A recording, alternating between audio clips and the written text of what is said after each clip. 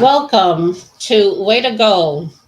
We are sitting here live in Las Vegas, Nevada, in the headquarters of the Cuban Heritage Foundation. We have plenty of things that we would like to cover today, but I want to start with some breaking news fresh out of Cuba. Um, we have the Secretary of Foreign Relations, Mr. Bruno Rodriguez, which is thanking the United States for the humanitarian aid of $2 million that is being distributed through the Red Cross. And they are making this sound like it was a direct offer from the United States, but it's prudent to mention that it was Cuba who, for the first time, actually asked the United States for help. And this is how the United States is responding in order to help them in the aftermath of Hurricane Ian. It basically destroyed uh, the vast majority of the electric grid in Pinar del Rio, and Cuba was already having a lot of problems, and it continues to have problems with the electric grid throughout the island. So this is something that Cuba is welcoming, and they are also getting aid from Mexico, Venezuela, and other countries nearby. Um, Actually, Cubans out of the United States are also bringing in a lot of aid. As it pertains to Cuba right now, it's also worth mentioning that people have remained in the streets in the aftermath of the hurricane due to the uh, the lack of energy and the problems that have been caused by the electric grid failing constantly, and the lack of food and other resources that people need to really be able to live their everyday lives. The vast majority of mothers are no longer sending their children to school, because what kid can actually go to school and be able to pay attention after a night where they can barely sleep, and they're hot and nothing is working, they can barely eat. It's just not conducive to anything good. That's assuming it's safe to begin with, I'd imagine. Absolutely. Well, I think that we're talking about some chronic problems here Mhm. because the infrastructure has been failing for years and years, and the regime has basically not decided to rebuild a lot of things. So, this is a chronic thing. Also, we have to remember that Cuba is a Caribbean island, a tropical island. So, therefore, they really have a dengue fever problem and many other kinds of things that are carried by mosquitoes that hasn't been addressed by the regime. So, these kids aren't like not sleeping. They're also, if they open up the windows to get some air in to circulate in this hot, humid environment, they're at risk for having mosquitoes bite them and them getting sick. Mhm. So it's kind of a cycle of horrible situation that Absolutely. the regime has refused to address, not just now, but we're talking about decades of this stuff accumulating. And I think that's what the Cuban people are out on the streets about. It's they pretty much had enough. They hear the promises, they hear the demonizing of Americans as if it was our fault, but yet for the first time we're sitting there sending aid once again, and how's the regime going to justify this? You know, it's very interesting that you bring up the regime. I was watching a couple of Manuel Milanese videos to get myself abreast of the situation in Western Cuba at this point. And apparently, there's a huge hashtag perpetrated or at least utilized by the Cuban government called SOS Florida. And this is his opinion, mind you. Manuel Milanese believes that there's a political angle and that the intent was to discredit DeSantis and the Republicans. You know, you can imagine why, because DeSantis, possibly even more so than Trump, is frustrated with the Cuban government, and they know he's a rising star at the very least. But at the same time, too, it's very interesting to look at some of the stories that are coming out of Pinar del Rio in particular. Like, for instance, some articles I read on Cibercuba, which he referenced, and I actually hunted down and looked at. One article said that volunteers were reporting that elderly women are dying entre guano y palos, which basically means between dung and sticks. And you look at the actual photos of it, it sounds a lot worse than it actually is, but it's really not that great. Basically, they're dying in huts, and the way they're building these huts in the countryside is out of dung and sticks. So basically, Well, we're that's what talking they got. third world. Yeah, we're talking about third world countries, not even like third world countries like you might find in Central America or the Middle East or something like that. We're talking about literal tribal style huts. Right. You're talking primitive. Yeah, and there's no food or Very potable, sad. and there was no food or potable water in the region as of last week. And effectively, the government has abandoned much of Western Cuba, certainly Pinar del Rio. Well, they've abandoned agriculture, any kind of structural supportive type agriculture for decades, as I've been saying. And just think, these people probably don't have toilets. Yeah. I can almost guarantee you that. If they don't have running water, I bet you they don't have toilets. Well, what would be really interesting to me is because I got this right off of Cuban news. What would be interesting for me to hear is exactly what type of humanitarian aid is going into the island and how it's going to be distributed by Yes. the Red Cross, because there's been many instances when even things that go through the Red Cross don't actually reach the people. And this is something that's very important. We need to know and understand how the aid is going to be distributed to the Cuban people. Yeah, I mean, what you're saying right now actually kind of evokes to mind things I know about North Korea and how there are a lot of NGOs whose purpose is to help North Korea. And I do believe that almost all of them do, well, at least the reputable ones do come in with the actual intention of helping people, and they're just restricted and hamstrung by the government. But what's going to happen if they don't actually give food? I mean, they don't want people to starve. And if you have to deal with a really bad government, that's what they're going to have to do. But I mean, I've heard stories of when I lived in China, turkey, for example, was a wealthy person's food.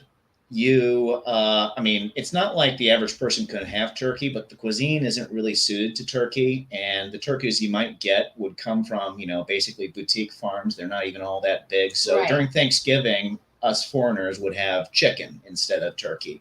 So that's the context of the general cultural region. But what I found out from some people who were working at Pyongyang University of Science and Technology was, every now and then they were allowed to go to an area where there was where they could buy foreign items, and it was basically walled off from the rest of Pyongyang, and only foreigners were allowed to be there. But you know what they were able to buy down there? Turkeys. That's You can amazing. think about this. It's not practical, and you cannot buy turkey in northeastern China, which is, I mean, it's not the most wealthy region of China, but people can live relatively well over there. But you can find turkey in North Korea, at least if you're a foreigner. Now, what does that mean? That means that a lot of this aid that is going into North Korea is basically being sold off as a way to prop up the dictatorship. And we should expect very little different from the Cuban regime here. Unless the Red Cross is directly giving it to these people in their homes in a very direct way. We all know what regimes do to make money and to bolster themselves. They're going to take the cream of the crop stuff and they're going to say that they're going to give it to the people, but then they're going to just sell it on the black market to make money. I mean, these people they're not beyond using food in trying to bribe people to support the regime. And even when They they don't do care. give the good stuff or even okay stuff to the people, they'll act like it's a gift, and it was a gift because they were so lucky because the United States agrees with them so much. I mean, that's definitely the Yeah, way the North I know. Koreans couch things. Well, I'm not trying to make a statement about our current No. administration even. I'm just saying, even if a totally hostile administration gave them food, it would make it seem like, see, the Americans admire us so much, they're willing to give us all of this food. well, the only ones that we know for a fact that have given aid to the Cuban people are Caritas, which is the Catholic Church. Yeah. This is the only organization that has actually done something for the Cuban people. So it is really my hope that, whatever aid, now mind you, what in reality, what is $2 million worth of humanitarian aid to a country of 11 million people who are totally devastated? I mean, surely the area of Pinar del Rio was the hardest hit, but the entire island needs humanitarian aid. Well, they needed it I even mean, before that's the what I'm hurricane. saying. So $2 million for people that are in Pinar del Rio would be okay if the rest of the island wasn't so devastated. I mean, we had those huge fires in Matanzas. We can't forget about those things, and we can't Exactly. forget about the fact that these power outages, people in the United States, yeah, they go through brownouts and power outages, but hospitals still work. In Cuba, when the power goes out, a lot of the people that are in the intensive care, their ventilators won't work. Their, deliveries for other kinds of IVs and things like that, if they have those, they won't work because there's no power and there's no generator and there's no way of getting the government to care about that, because most of these hospitals don't have the higher echelon of the Communist Party in them. Yeah, I definitely think it's good to, and I feel like a broken record when I say this, but when power goes out for more than like 3 or 4 hours at a time, and there are no fail safes, like what you're describing with Yes. generators, people die.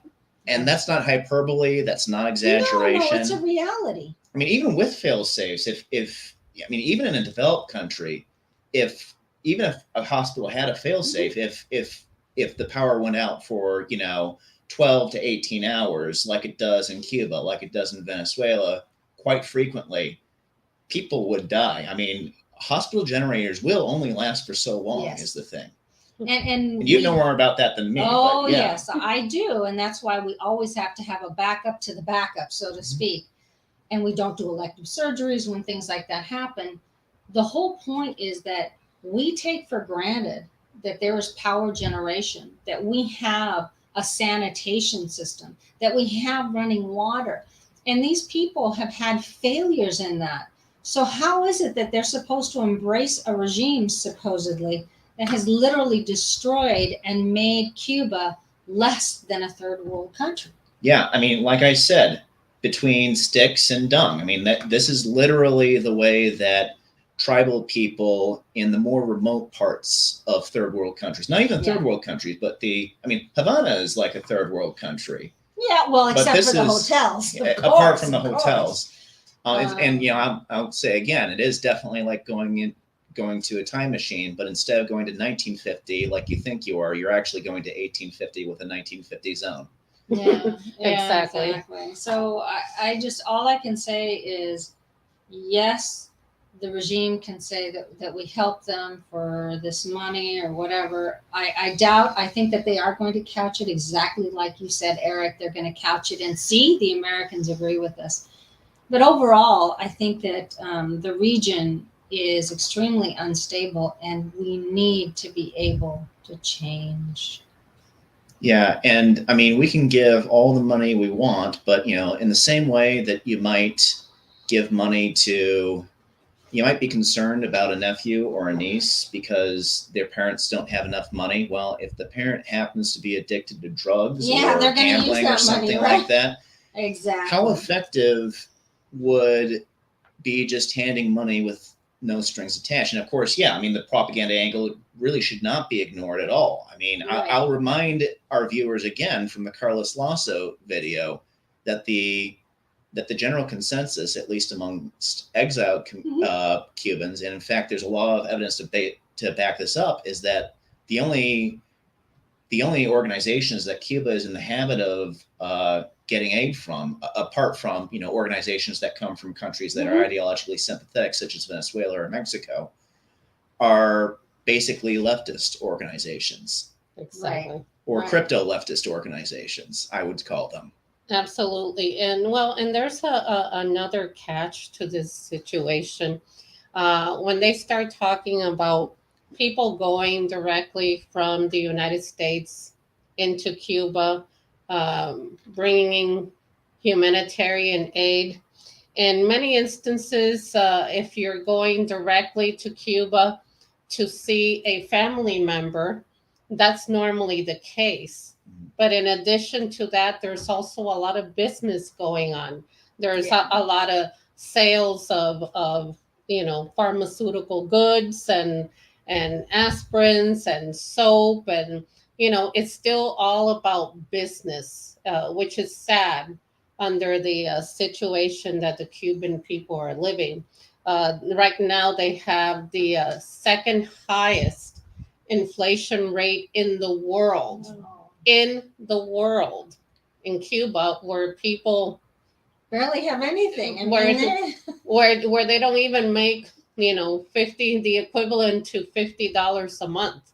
So it's just a very dire, very sad situation. Yeah, I mean, overall. for all the talk about Argentinian inflation and more recently Colombian inflation, I mean, Cuba has been beating them immensely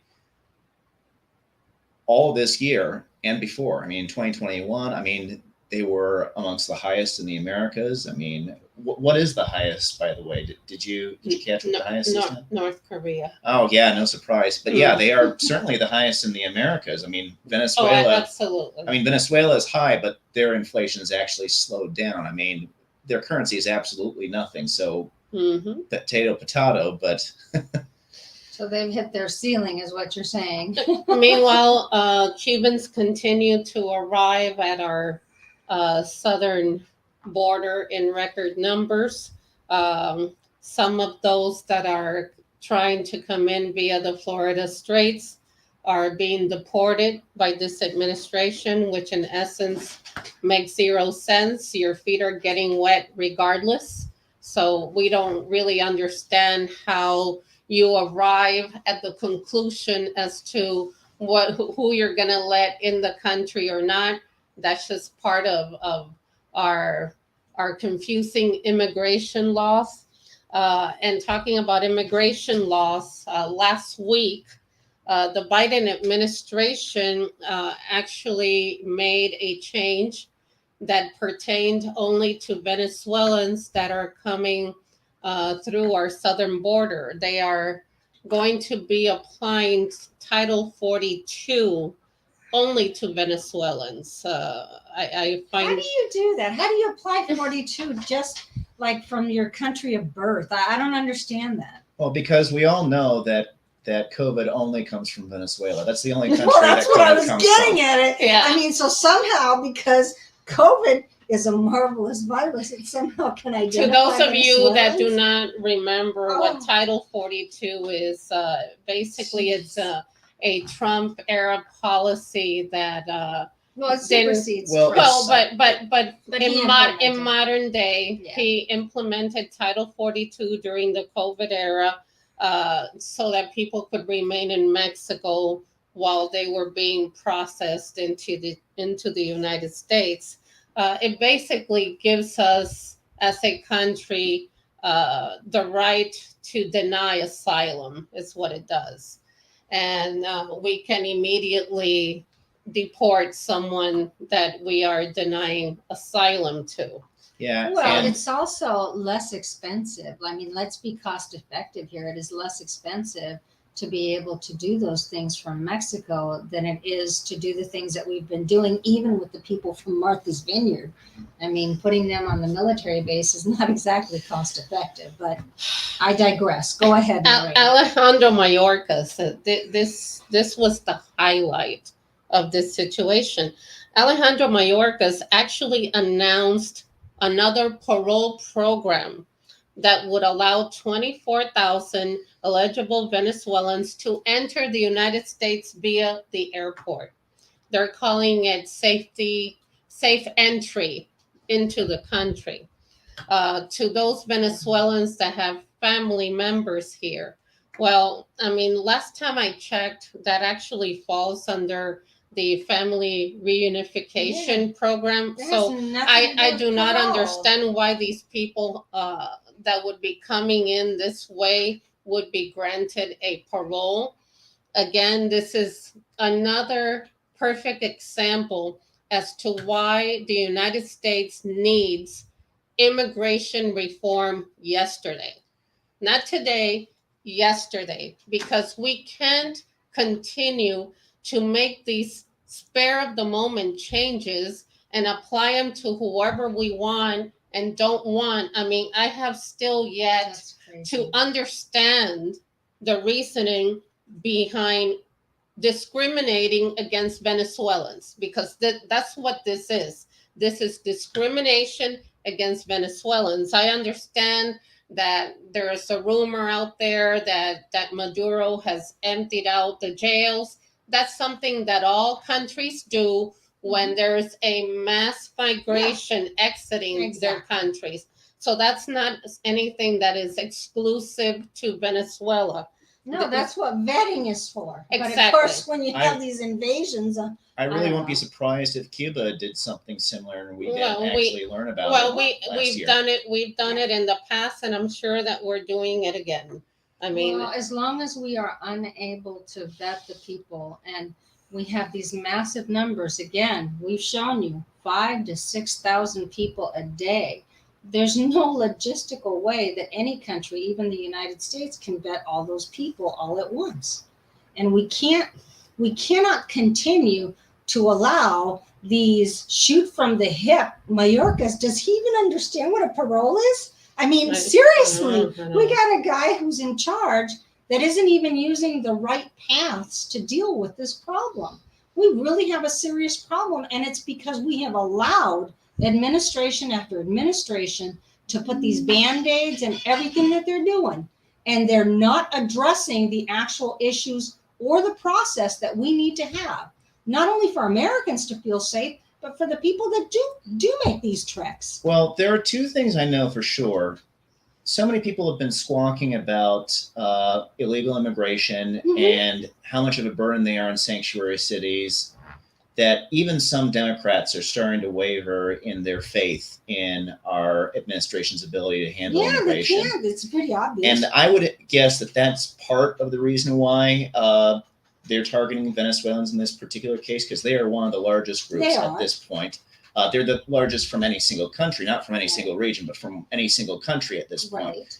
As for the whole so-called parole program, one key phrase that we need to keep in mind, and this is, and I mentioned this because the Venezuelans, the pro-liberty Venezuelans I engage with on social media frequently, and many of whom I'm friends with, have been excited about this point, was they phrased it that as 24,000 Venezuelans, if you invite them in, they will be allowed to fly in by plane. See, the reason why Venezuelans are going through the Darien Gap right now is because, I mean, in theory, yeah, you even now you could fly from a plane from Venezuela if that were available. But a lot of airlines have absolutely abandoned Venezuela. It's become incredibly difficult to leave, especially if you're poor, except by foot.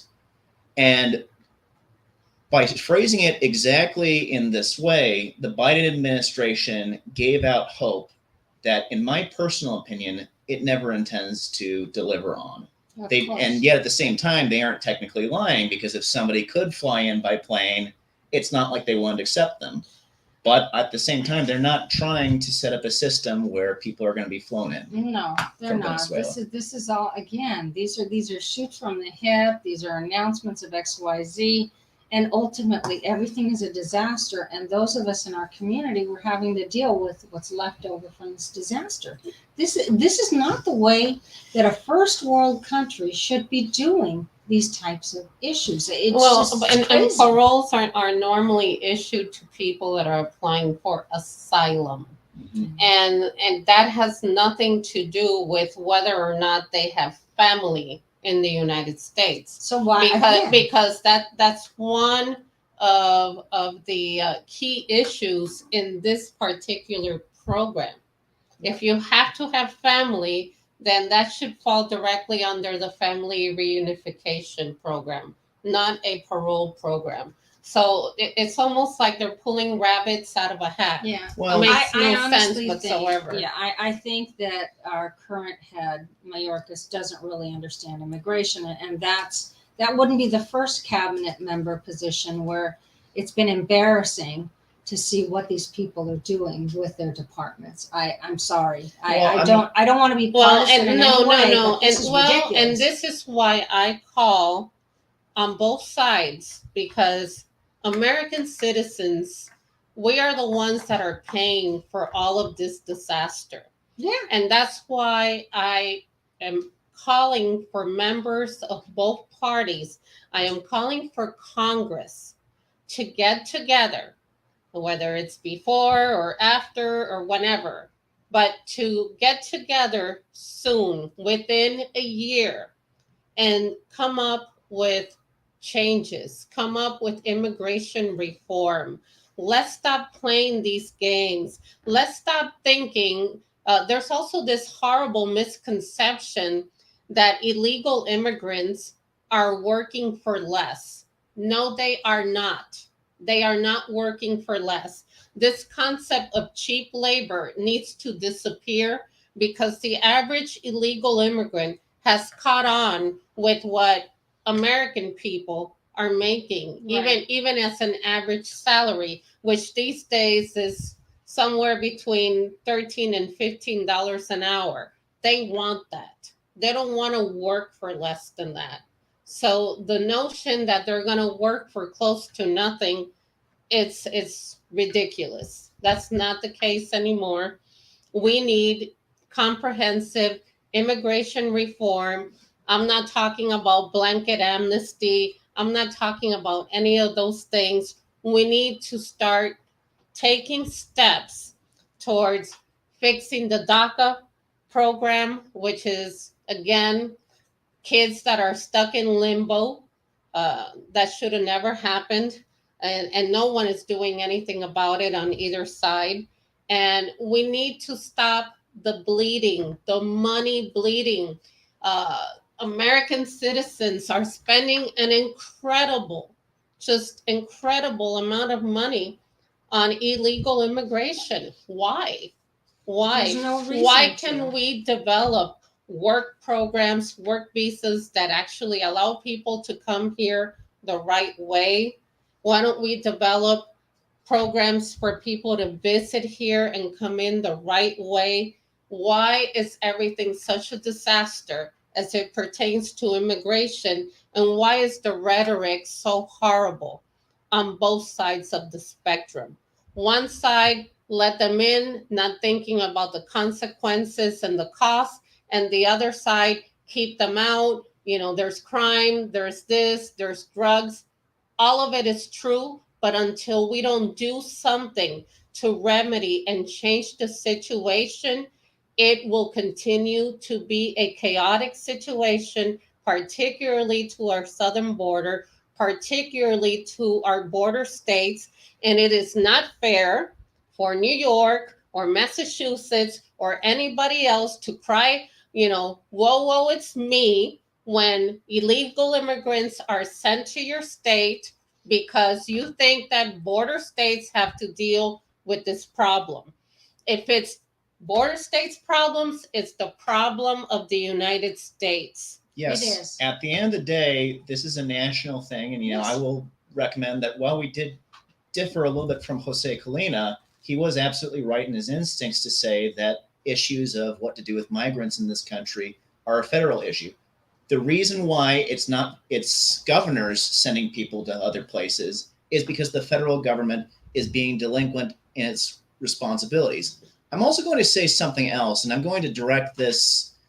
It's going to obviously manifest itself in different ways depending on which side of the political spectrum you are. But as the resident non-Hispanic person on this podcast, and indeed with one other exception in this foundation itself too, I will suggest to you that if you think you understand what needs to be done with migrants, refugees, immigrants, be they legal or illegal, who are coming from other parts of the Americas, I'm going to respectfully suggest that you don't know enough yet. And I will definitely include myself in the category. I've definitely been peeling back layers of the onion over the past year and a half or so, and what have I found? But if you think that it's more merciful just to allow absolutely everybody in, or that it's best for the country to keep everybody out with no exceptions whatsoever, I think you're looking at this as a one-dimensional problem. I would very much suggest, like I have in the past, learn Spanish if you care, but even if you don't, learn a little bit about each and every single one of these countries, a little bit about their history. I definitely recommend a book by Enrique Krause called Redeemers, which goes through various political leaders, some good, some very, very bad. For example, Jose Marti, I think Hugo Chavez has his own chapter in there, but still worth learning about, right? The other thing, too, is that the United States and the Americas in general really just needs to put the pressure on these regimes. And what was really unfortunate was the 52nd OAS General Assembly occurred at the beginning of this month from October 5th through 7th in Lima, Peru. And unfortunately, most of the leaders of this event focused on what I would say, well, for lack of a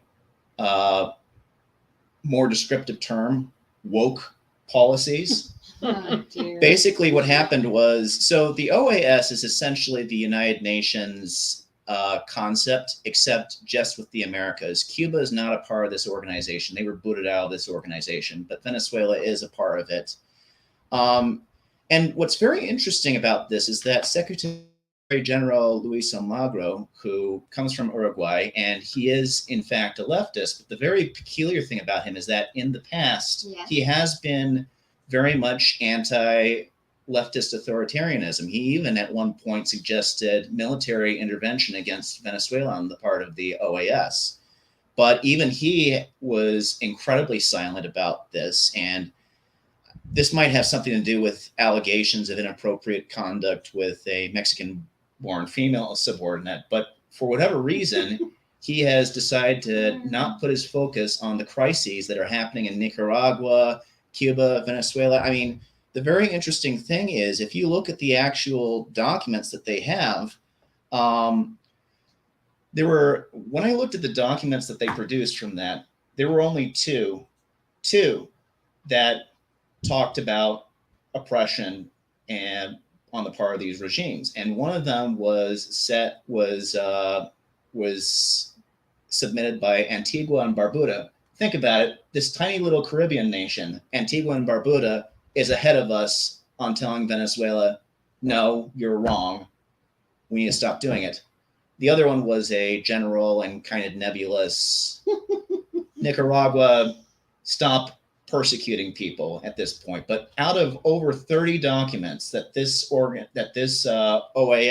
General Assembly produced, only two of them involve Venezuela and Nicaragua at this point. Jeez. Well, to be honest with you, it's not very much different than what our current government is doing. When you want to focus on things that are for instance, this global climate change that seems to be driving immigration, according to Vice President Kamala Harris, instead of focusing on the true issues that are actually going on, the socioeconomic and the political mayhem that's going on everywhere, all we're doing is we look like fools, and we're missing golden opportunities to actually empower people and make things better across the world. If we focus on these very superficial, um, man-made concepts, people are still going to starve. People are still going to die in prisons. People are just going to be abused. You know, the next hurricane goes through and the infrastructure continues to collapse. And what are we solving? Nothing. Because you know what? Hurricanes don't pick and choose whether you're woke or not woke. And what the heck is woke? What is it that we're talking about? Are we so selfish and so self centered in our way of thinking that we're thinking about things that really don't matter in humanitarian aid? Yeah, no, I'm not. When I say woke in this No, specific I context, understand what want, you're saying. yeah, but I want to make it very clear to our viewers at this point that when I'm saying woke, I'm talking about basically saying pretty language about Of human course. rights with no real plan of No. actually delivering on it and ignoring the even bigger but rights. you know why should they? You know, they're a small organization, and granted, it's nice and sweet that they get together and have these conversations. But when you look at the bigger organization, which is the United Nations, and you have a country like Cuba on the Human Rights Committee, and the United States has nothing to say about this, even though we're the host country to the United Nations, Wow. it's abominable to It- say the least. But we also have Abominable. other we have other countries that are they're full of despots and other regimes, and you aren't taken to task in the United Nations. It isn't like we're all moving to try and be more democratic or more representative. No, We're we just we alone. we We're- go there to take a beating. Yeah. Well, this is kind of and to be Yeah. placed, really. well, this is kind of why I say, at least with respect to the now, where I will disagree with the OAS is that the idea, the initial idea at least, was that it would all be democratic nations that have a similar ideology, and they kicked out Cuba because they didn't follow it. But in the case of the United Nations, I'm kind of glad you bring that up because I'm of the opinion, and many people disagree with me. I do think there's use for the United Nations, but I also say there's going to be a time that you're going to have to tell the United Nations to pound sand when it makes a decision because they don't even try to, because they want to pretend like every single nation is democratic. Every single nation is trying to progress the state of the world. And, the other thing about the United Nations is that it's very undemocratic. What is democratic about making France, the United Kingdom, the United States, Russia, not even the Soviet Union, and China, and not the Republic of China, but the People's Republic of China. The Republic of China was the original seat for China on the United Nations. Nobody's accountable. But these people can't be elected. I keep noticing, and a lot of Mexican the Mexican outlet I really pay attention to, Latinos, pays a lot of attention to Ukraine, and I think a lot of it's because Mexico happens to be on the UN Security Council right now, so they're absolutely excited to have the opportunity that a whole bunch of hegemonic countries really can take for granted. They really have an impact on the world sphere, and it seems like a lot of Mexicans at least want to take it for the responsibility it is, whereas many of the rest of us just use it as a way to enact our will on other nations. Honestly, it's like I said, I think the United Nations has its place and it is important, but at the same time, we need to stop putting it on a pedestal. And now that you brought up Ukraine, I want to go back to the parole program. Mm-hmm. As a matter of fact, Ukrainians have been coming in the thousands. I think that there's close to 75,000 Ukrainians that have come in since the war started, and they are on a 2-year parole or refugee status, being allowed. I thought it was 1 year. No, it's a 2-year program. I'm sure of that. It's a 2-year program. It's already been how many months since this war started? 7? Well, it started in February. I want to say late February. Yeah, it's been 7. It's been 7 Yep. months since this war already started. So time is going by really, really fast. there's no end in sight. I'm not seeing it. Are either one of you seeing No, an I end in don't. sight I to don't see any to of this those war? floodouts. I think it will go on as long as it's politically convenient for a lot of NATO countries for it to go on. Well, That's my personal and- opinion, but then and- I'm cynical about it. well, but then I go back to our flawed immigration policies. You know, if you're going to grant somebody a parole, which is in essence asylum, then just grant them asylum. I mean, do you think after 2 years of these Ukrainians being in the United States, they're going to want to go back, even if the war is over, to a country that's destroyed by war? Yeah. I mean, there's something wrong here. And these are the kind of things that our politicians need to be addressing. Everybody that's running for office, you know, we the American people are concerned about these things. Yes, we're concerned about inflation and housing and crime and drugs and all of the other issues that are going on in the country right now, but immigration is a very important issue because again, immigration costs money. So, you know, we're bleeding constantly, Well, but and it's not discussed, but it's no, costing. it's not. It's in No. the trillions of dollars. I think that the other thing that's completely ridiculous is you and I, all of us here, understand that these people that are being let in, they don't have work permits. No. Mhm. So Yeah. they're going to be a huge strain on our social network, And on our safety nets. And that doesn't need to be that way. But we have a Department of Homeland Security and we have a Congress that refuses to do any kind of immigration reform to deal with these things. and you know, We there might cannot be continue. some people who are worried about competition from people who are coming into this country when it comes to jobs and the like. But again, I would like to ask you: would you prefer that these people be working and not paying taxes into the system, I or don't paying I taxes don't I into don't the know system? about that one, Eric. I think that there's this There's country more than enough this work. country has created millions and millions of jobs. There's more jobs than people that want to work. Oh no, and, I'm in, and if other people want to come in and work and you don't want to work, then let them be. You know, I'm that's the way I look I'm at in it. total agreement about on that account. I'm just saying that whether or not it's true or false, this is an anxiety that many American citizens have at this I point. think that's an implanted anxiety, Eric. And I think that just like we look at the both extremes, and here's the bottom line reality. I have watched two democratically controlled Congresses and a Democrat White House on two separate occasions, and they've done absolutely nothing about this. Yet they go around touting that they're going to solve or that they have some kind of compassion. But yet, I want to ask Speaker Pelosi and I want to ask Chuck Schumer and I want to ask Joe Biden and his entire cabinet what their solution is to this mess that they keep creating for us. Yeah. Well, Well Because said. well, and I would like to ask Republicans who aren't in the majority who now. are not in the majority right now, but whom are definitely planning on being the majority soon. What plan are they going to have for immigration? We just cannot continue Nope. to do nothing.